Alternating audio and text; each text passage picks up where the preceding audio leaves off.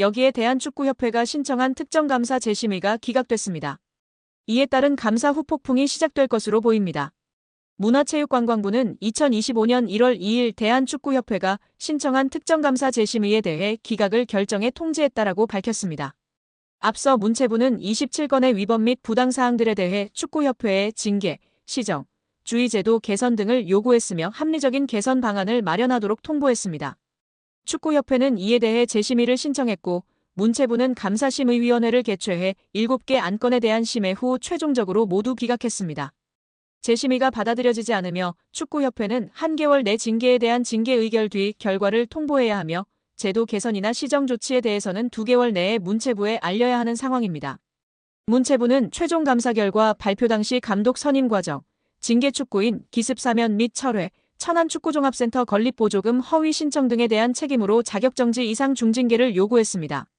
더불어 문체부는 김정배 부회장, 이임생 기술총괄이사 등에게는 홍명보 현 국가대표팀 감독 선임 과정에 책임을 물어 자격정지 이상의 중징계를 요구했습니다. 이어 홍명보 감독에 대해서는 전력강화위원회를 통한 재선임을 통보, 계약 유지 혹은 해지 여부 등에 대해서는 협회의 자율에 맡겼습니다. 문체부 관계자는 이번 축구협회의 재심의 신청 기각에 대해 해당 내용을 다시 살펴본 결과 문제가 없다고 판단했다. 중징계 정몽규 회장, 김정배 부회장, 이임생 이사의 자격정지 이상의 징계와 관련해서 축구협회가 한 달 내로 통보해야 한다. 이후 문체부는 이행 여부를 들여다볼 것이다.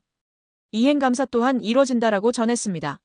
축구협회의 감사 후폭풍이 이어질 것이라고 알렸는데요. 문체부 관계자는 축구협회의 대한민국 천안축구종합센터 건립 관련 차입금 실행과 보조금 집행과 관련해 국고보조금 부정수급이 있었다. 보조금 환수 절차를 밟을 예정이다.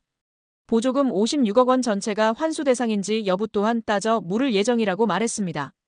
이어 보조금 환수 절차와 함께 이에 따른 제재 과징금이 내려질 것이다. 과징금은 환수금의 5배이다라며 국가사업에도 배제될 가능성이 있다. 한 해 축구협회에 370억 원의 지원금이 나간다. 횟수가 늘어난다면 축구협회 예산에도 영향이 클 것이라고 덧붙였습니다. 또한 국회 국정감사에서 제기된 HDC 현대산업개발 직원의 부적정한 축구협회 파견 의혹 등에 대한 감사는 여전히 진행 중입니다. 문체부는 해당 감사 또한 곧 공개할 예정이라고 밝혔습니다. 이로 인해 축구계에서는 걱정이 이만저만이 아닌데요. 최악의 상황을 걱정하고 있습니다. 최악의 상황이라 함은 보조금 환수 절차와 함께 이에 따른 제재 과징금이 내려질 것이기 때문입니다. 과징금은 환수금의 5배이기 때문입니다. 이에 더해 축구협회에 지급되던 370억 원의 연간 지원금도 배제될 가능성이 높아지고 있습니다. 이 같은 조치는 재정적으로 궁핍한 축구협회 입장에서는 자칫 파산, 부도의 위기로 내몰릴 수 있다고 판단됩니다. 천안축구센터의 공사는 당연히 큰 차질이 예상되고 직원들의 급여 지급도 원만하지 않을까 걱정이 됩니다. 2005년 8월 22일 홍명보 당시 대한축구협회 이사는 파주 국가대표 트레이닝센터에서 시작된 KFA 2급 지도자 강습회에 참가했습니다. 홍명보는 지도자 자격증이 없는 상태였는데요. 지도자를 할 생각이었다면 상급 지도자 자격증부터 따야 했습니다. 상급 지도자 자격증을 따면 유소년이나 초등학교 축구교실에서 지도자 생활을 할 수 있었습니다. 2급 지도자 자격증을 따려면 상급을 따고 2년이 지나야 했습니다. 하지만 홍명보에겐 예외 조항이 적용됐습니다. 협회는 국가대표팀에서 A매치 20경기 이상을 소화하거나 K리그 100경기 이상 출전한 경력자들에 한해서는 상급 지도자 자격증 없이 바로 2급 지도자 자격증을 딸 수 있게 했습니다. 2005년 9월 26일 협회는 딕 아드보카트 한국 축구 대표팀 신인 감독을 보좌할 코치 중 한 명으로 홍명보를 택했습니다. 지도자 자격증이라곤 전무했던 홍명보가 2급 지도자 자격증을 딴 지 3주 만이었습니다. 자격 논란이 불거졌습니다. 2급 지도자 자격증을 보유한 자는 중학교나 고등학교 팀만 지도할 수 있었는데요. 당시 KFA 규정에 따르면 대한축구협회 1급 지도자 자격증이나 아시아축구연맹 A급 지도자 자격증을 취득한 자만 대표팀 지도자로 일할 수 있었습니다.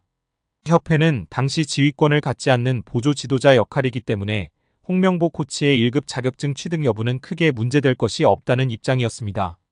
지도자 경력이라곤 지도자 수업 3주뿐이었던 홍명보는 국가대표팀 코칭 스태프에 합류한 역사적인 사건이었습니다. 홍명보는 국가대표팀 코치를 맡은 지 1년이 채 지나지 않아 2006 독일 월드컵을 치렀습니다. 홍명보에게 국가대표팀 코치로 지도자 생활을 시작해 월드컵을 경험하는 데까지 필요했던 시간은 단 9개월이었습니다. 누군가는 평생의 꿈이 될 수 있는 월드컵을 경험하는데 홍명보는 속성 자격증 취득부터 돈으로 살 수 없는 월드컵 코치 경험까지. 정말 대단합니다. 이후에도 홍명보는 탄탄대로였습니다. 홍명보는 2006 독일 월드컵 후에도 국가대표팀에 남았는데요. 홍명보는 국가대표팀 코치로 2007 아시아 축구연맹 아시안컵, 2008 베이징 올림픽을 차례로 경험했습니다. 2006 독일 월드컵 16강 진출 실패, 2007 아시안컵 3위 및 음주 파문, 2008 베이징 올림픽 조별리그 탈락 등 대표팀은 실패를 거듭했지만 홍명보가 책임질 건 없었습니다. 홍명보는 2008 베이징 올림픽을 마친 후 감독 생활을 시작했습니다. 많은 축구 팬들이 알고 계신 것처럼 2010 광저우 아시안게임에서 한국은 한 수 아래로 평가받았던 UAE와의 준결승전에서 연장 접전 끝에 0대1로 졌습니다. 한국은 이 대회에서 3위에 머물며 홍명보의 경질이 예상되었습니다. 그러나 놀랍게도 홍명보는 경질되지 않았습니다. 아시안게임은 금메달이 아니면 의미가 없는 게 분명했고 지난 2002년 부산 아시안게임에서 3위를 한 박항서 감독이 경질되었던 사례가 있기에 명분은 차고도 넘쳤습니다. 그러나 협회는 홍명보를 경질하지 않았습니다. 심지어 2014년 브라질 월드컵에서는 본선 1승도 거두지 못하고 탈락했는데도 협회는 재신임을 발표했었습니다. 결국 여론의 반발이 점점 커지자 기자회견을 열어 자진 사퇴했었습니다. 이후 협회는 2017년 홍명보를 행정총괄 책임자인 전무이사로 내정했습니다. 당시 홍명보는 행정 경험이 전무했었습니다. 이렇게 협회와 홍명보는 아주 끈끈한 관계였으며 증명 없이도 임기를 보장받았었고 낙하산으로만 채용되었던 홍명보였습니다. 이번에도 프리패스로 채용된 것도 홍명보는 뭐 자연스러웠을 겁니다. 홍명보는 나를 버렸다. 이젠 대한민국 축구밖에 없다고 하며 대표팀 감독을 승낙했다고 밝혔었는데요. 홍명보가 버린 건 자신이 아닌 울산입니다. 울산은 3년 재계약을 맺은 지 1년도 지나지 않은 감독을 협회에 내어주면서 상처만 남겼습니다. 홍명보는 대표팀 감독으로 실력은 물론이거니와 도의 신의를 저버리는 인성도 문제가 있는 감독입니다. 속히 선임 취소 혹은 자진 사퇴만이 답입니다. 한국 축구에서 학명으로 가장 두드러진 인물이 바로 지금 이 시끄러운 와중에 축구 대표팀 감독을 맡은 홍명보 감독입니다. 박종환 감독이 대표팀을 이끌던 1995년 한국팀은 코리아컵 준결승전에서 예선에서 쉽게 승리했던 잠비아에 패했습니다. 그런데 이 경기 전날 박 감독의 억압적이고 비인격적 훈련에 불만을 품고 있던 홍명보, 황선홍 등 주전 선수들이 경기 전날 술집에서 대취할 정도로 술을 마신 사실이 언론에 보도가 돼 난리가 났습니다.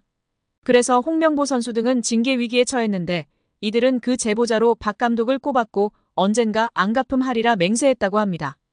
다음해 아시안컵 8강대 이란전에서 한국은 6대2로 참패하였습니다. 유례를 찾기 힘든 처참한 패배입니다.